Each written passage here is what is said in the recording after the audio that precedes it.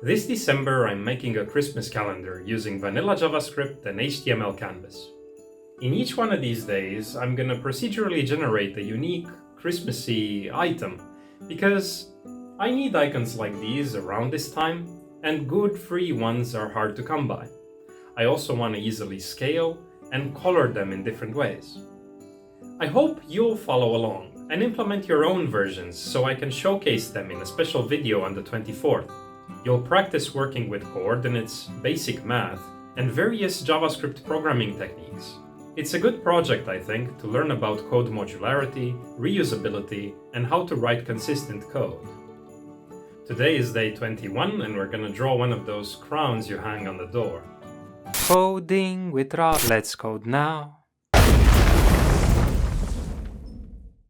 I'm in a bit of trouble. I have a meeting starting in a little over half an hour, and I want to finish all of these in this session.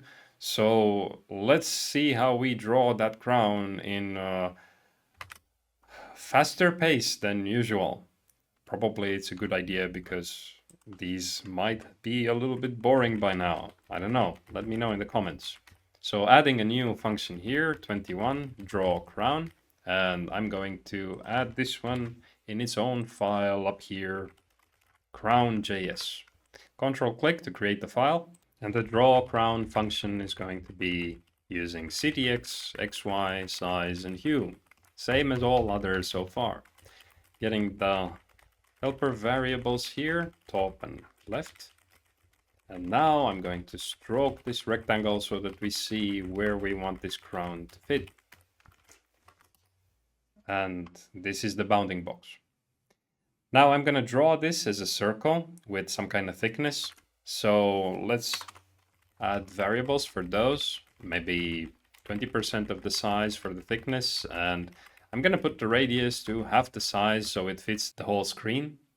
And let's draw the circle using our helper method, using the stroke style, light version of the hue. I plan to stripe it in a second. So light, dark contrast, and the width is going to be this thickness value.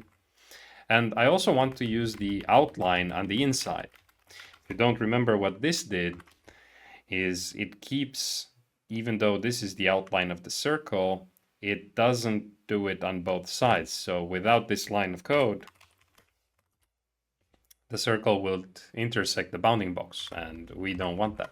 Now, for the stripes, I'm going to go here and first calculate the length of the circle.